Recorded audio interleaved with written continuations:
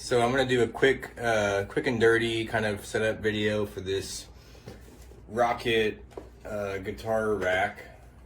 This is the 5 guitar rack. I believe there's a couple other versions, but I got the 5 guitar version. And a couple of other people mentioned that the instructions were not very clear. So these were the instructions I got. They are not very detailed, but it seems kind of straightforward. So hopefully this video will be of a little bit of help.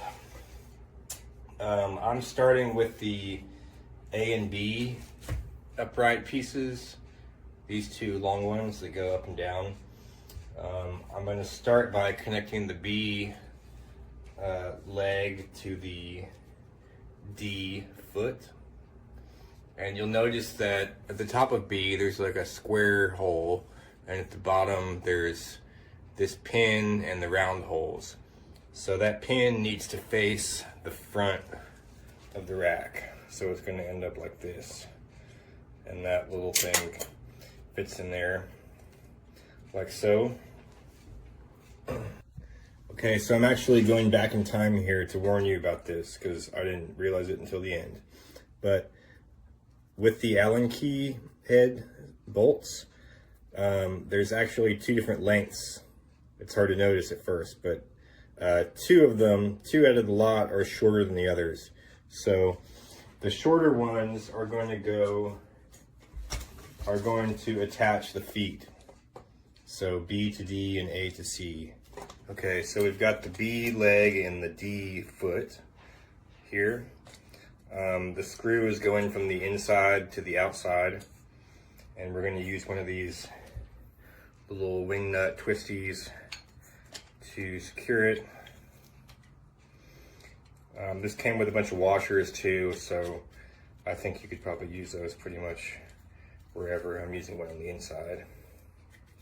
And this pin, when this is all done, is going to allow the whole thing to fold up and down. So we'll see how secure it is when it's done, but I'm probably not going to really be moving mine very much.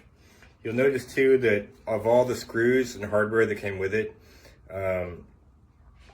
all but 2 of them have a head for this Allen key tool. The other 2 have no head, but they have a little square piece on the inside. So those are going to go at the top, to go into the square holes. So makes sense, just something to note. Okay, so we got B connected to D here, and then we're going to connect A to C, which actually I've already done. So you got that hex head bolt connected with the wing nut. Get that tight. So we got these 2 assembled, and then we're going to put this across the top. So this has square holes in it too, so square to square. It's a little bit of a snug fit on there. And we'll take the bolt that's got the square. I don't know how well you can see it, but there's a square just underneath the cap here. And put those in from front to back.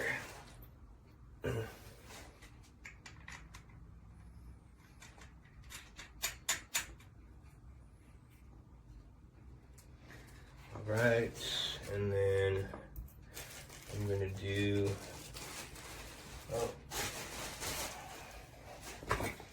I lost a screw already. I had to cut there, but we've got this side in, and now we're gonna do this side with the square bolt. And it's one thing to note too is that these actually have a rubber kind of plastic cap on the top, which confused me a little bit at first because I kind of assumed that would go on the bottom, like that would touch the floor, but they actually go at the top. So with that through, we're gonna put the wing nut on the back side, tighten it up. Okay, so Top and bottom is pretty much done.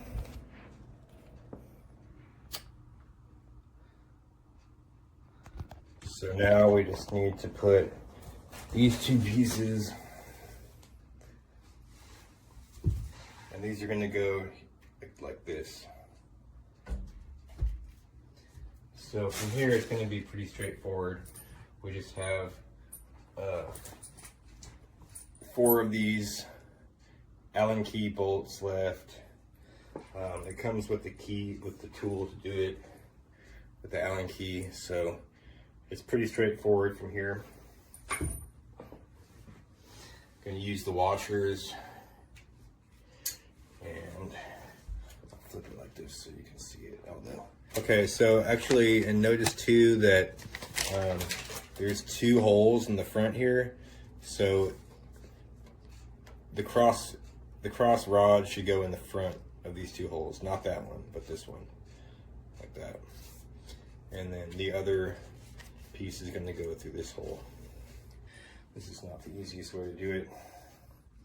For me, do a bolt from the outside going in, and I don't think it matters which end goes which. Guess we'll find out. And just tighten it with the key.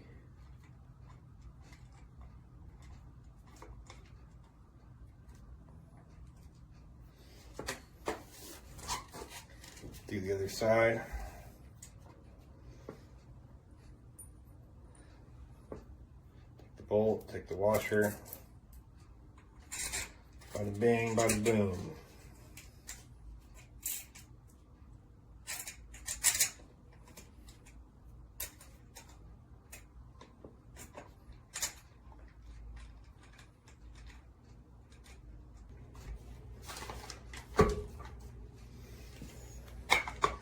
And like I said, I'm going to leave the first one a little bit loose until I get this one in place.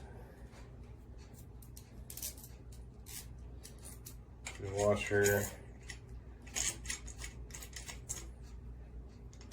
Get that one through. Not too tight yet. This rack is just kind of like there's little pieces falling off and stuff. I don't know.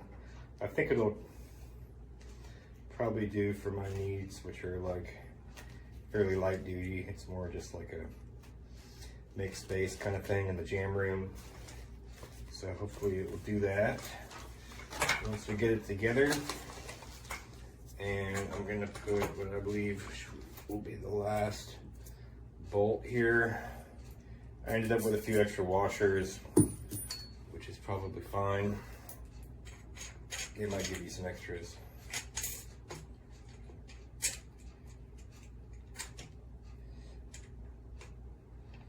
Okay, get that one through. All right. Yeah, now I'm going to go back and tighten everything up. Make sure everything is nice and secure, including these wing nuts.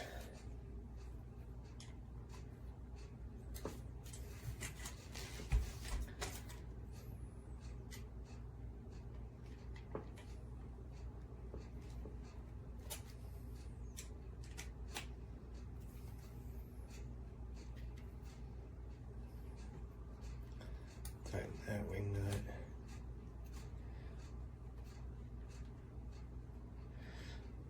Not crazy tight, I guess, just pretty tight. Get these 2 that we did at first. That one there, that one there. And that's pretty much it. It's got a little bit of, I'm gonna show you. It's got a little bit of wiggle here. Where that pin goes through, where this is supposed to release it. See, this is what I think it's supposed to do. You release the pin, yeah, and the whole thing folds down, and you put it up, and it should just lock in place. It's a little bit of, it's got a little bit of play in it, but We'll see how it holds up once it's done. And it is pretty much done. So let's try it out. So there we have it. It is put together and it seems to be successfully holding these guitars.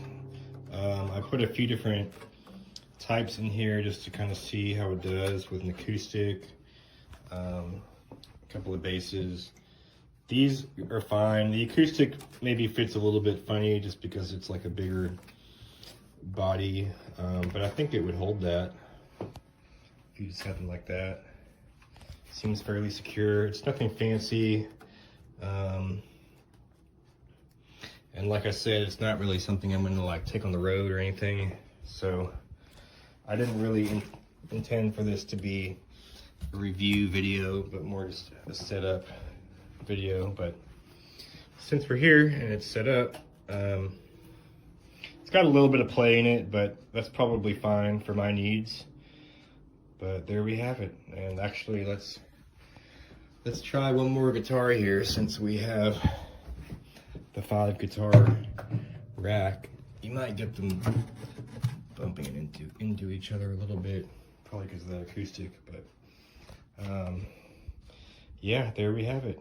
5 guitars. Rock on. Okay, you can see I've got some very expensive guitars on it.